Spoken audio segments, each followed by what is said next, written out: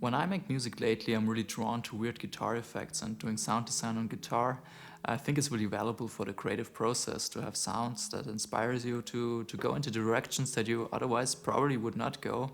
And yeah, obviously pedals are a great resource for getting there. I mean, I get it, it's fun to have a bunch of pedals stacked up in front of you and tweak the knobs and let the magic happen. But another great way for me personally is just using Ableton. Ableton has so much to offer, and I think even with stock plugins, you can create the craziest shit. And that's basically what we're gonna do today. We make a bunch of different effect tracks for guitar, and yeah, just create sounds. And I'll take you along to my sound design journey. I made a little jam for each and every effect rack, and yeah, I had a lot of fun doing this really. I hope you get something out of it, and without any further ado, let's get into it, okay?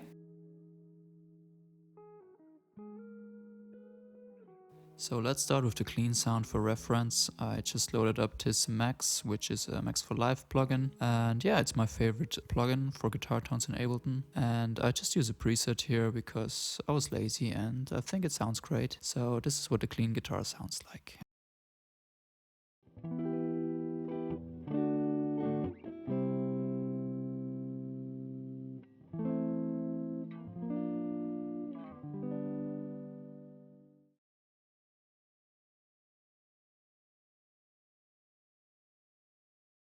So for the first sound, I went to the pitch and modulation section and chose the spatial vibrato, and it sounds like this.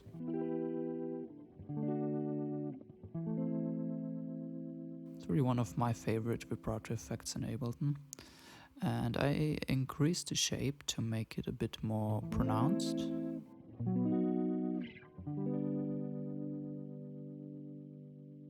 And also increased the amount to have a bit of more of it.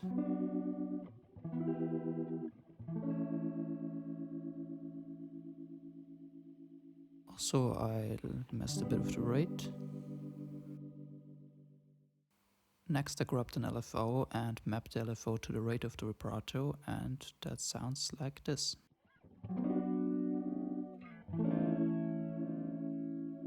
Pretty crazy, so I adjusted the depth a bit. Now it's not so extreme anymore. Also increasing the rate makes it less warpy. Nice. Next I adjusted the waveform and changed it to square.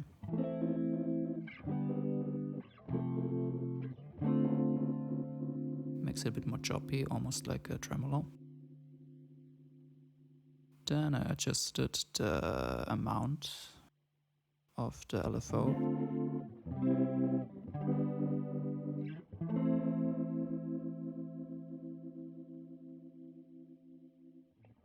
After that I grabbed an envelope follower and mapped it to the depth control of the LFO.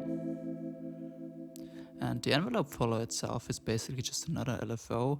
It just doesn't have its own waveform, it just follows the envelope of the signal it gets. So that makes it really dynamic and responsive to the playing. And I think it can lead to some really cool effects. By adjusting the gain, the effect gets more sensitive. You will see that more in a second. And also with this rise control, you can smooth out the attack a little bit.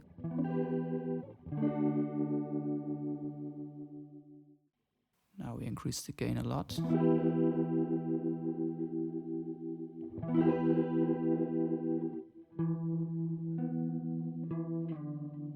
Now the effect is really there, and I really like that. It's really responding now to how hard I hit the guitar.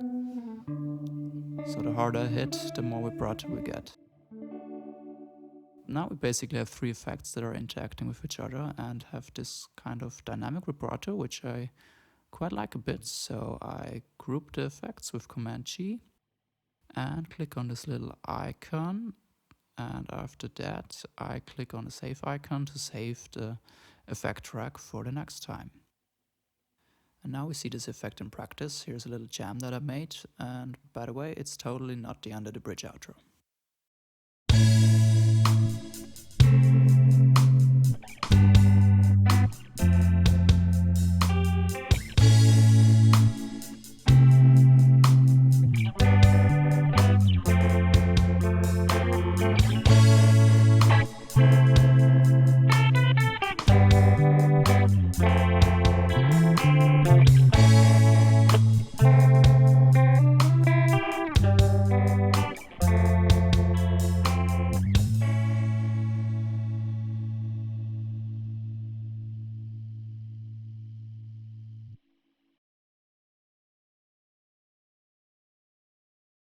For the next effect, I chose to go a different way. I went to the drive and color section, then went to Redux, and kind of randomly chose this chiptune filter.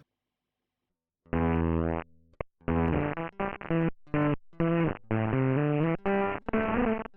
never used this before, but I think it already sounds kind of cool. After that, I chose to go with a shaper, which is basically also an LFO, and I mapped it to the rate. It sounds pretty crazy. I made a few adjustments. And it's still pretty crazy. So I messed with the shape of the LFO around it quite a bit. And it took a while till I found something that kind of worked for me.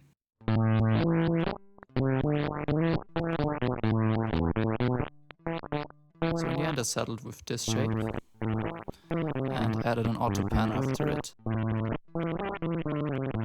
After that I grouped this effect track like I did before and saved it as a preset, and then I made a little piece of music.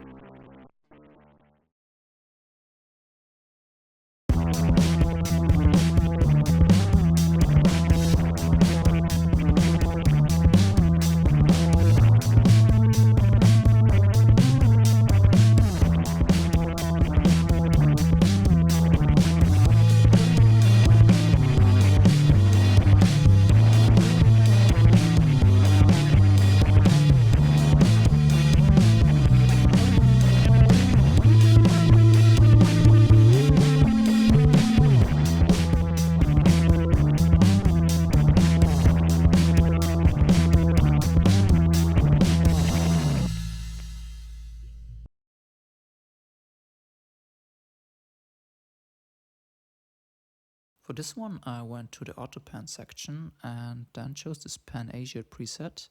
It's a really fast auto pan.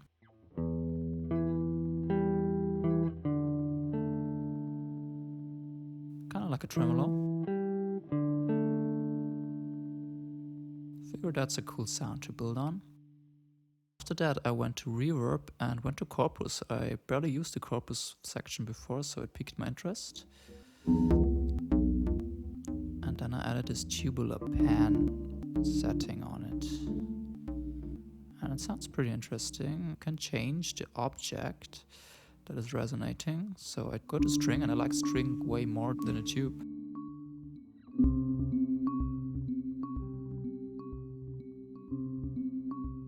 Quite like that sound, so I chose to build on it, just the decay a little bit.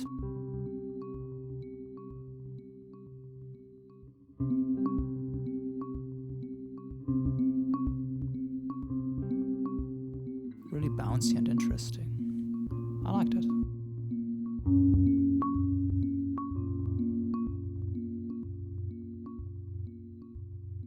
But I was not done yet, and I chose another reverb. This one is called Frozen Build-Up, and it's a really ambient reverb. And it sounds like this.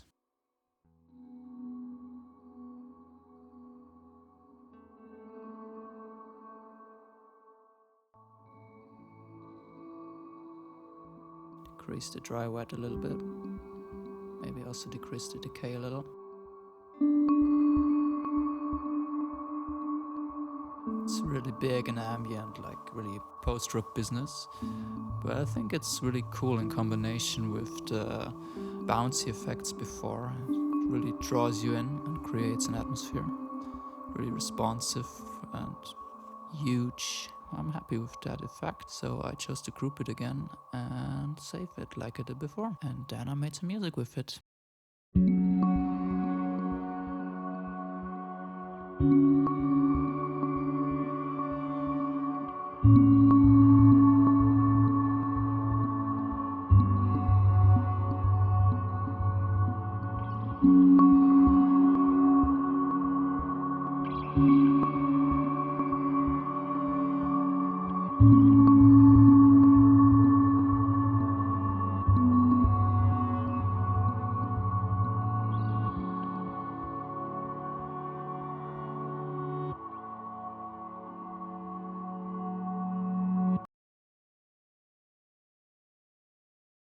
For this one we're going to the EQ and filter section and then to auto filter. And I picked Nebulo because I like the name of it, to be honest. It sounds like this.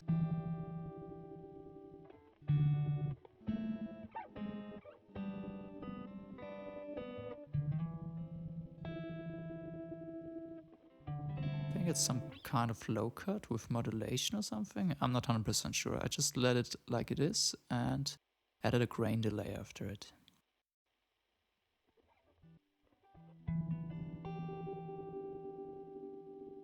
Sounds cool, but there is this matrix where you can adjust a lot, so I figured why not do that. So I messed around with that. And it gets really weird really fast, which is cool and frightening at the same time. It's not too easy to dial in something with that, to be honest. Not all of the sounds are that pretty.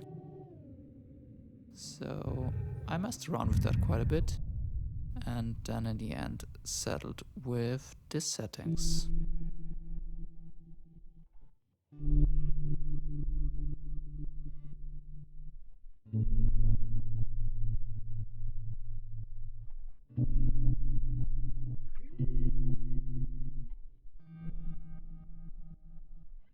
I liked it like that, so I saved it, and here's the jam for that.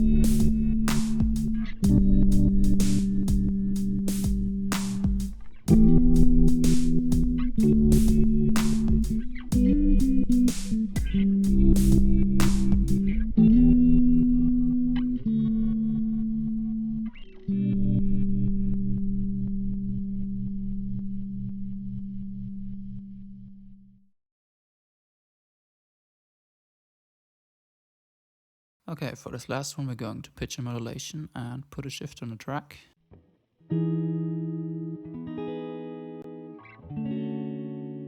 Sounds like this, just some subtle modulation.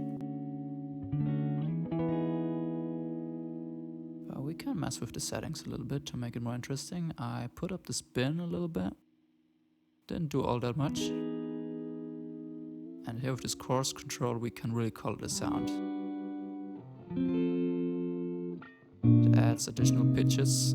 I chose to go up 3 semitones. Sounds good to me. Maybe adjust the rate a little bit.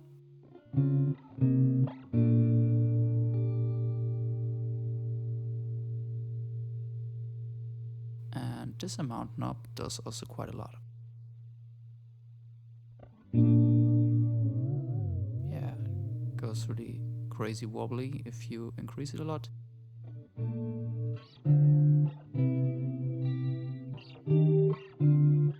I chose to go with kind of subtle settings here, and it creates a really beautiful vibrato in my opinion.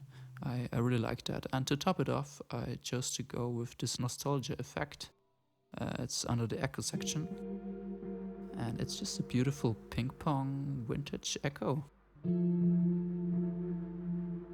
And I think in combination they work really good together. I really like that already, and I didn't do much more than that, to be honest. So I grouped it, saved it, called it Nostalgia Shifter, and made this last jam with it.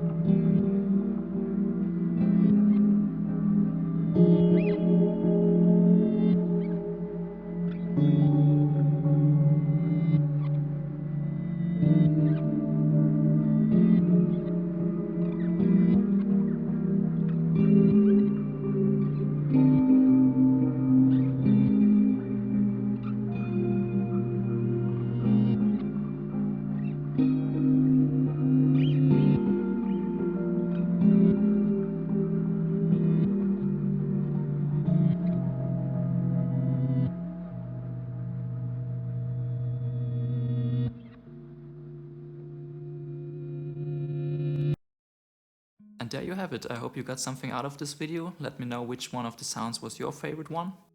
And see you in the next video, I guess, right? Bye!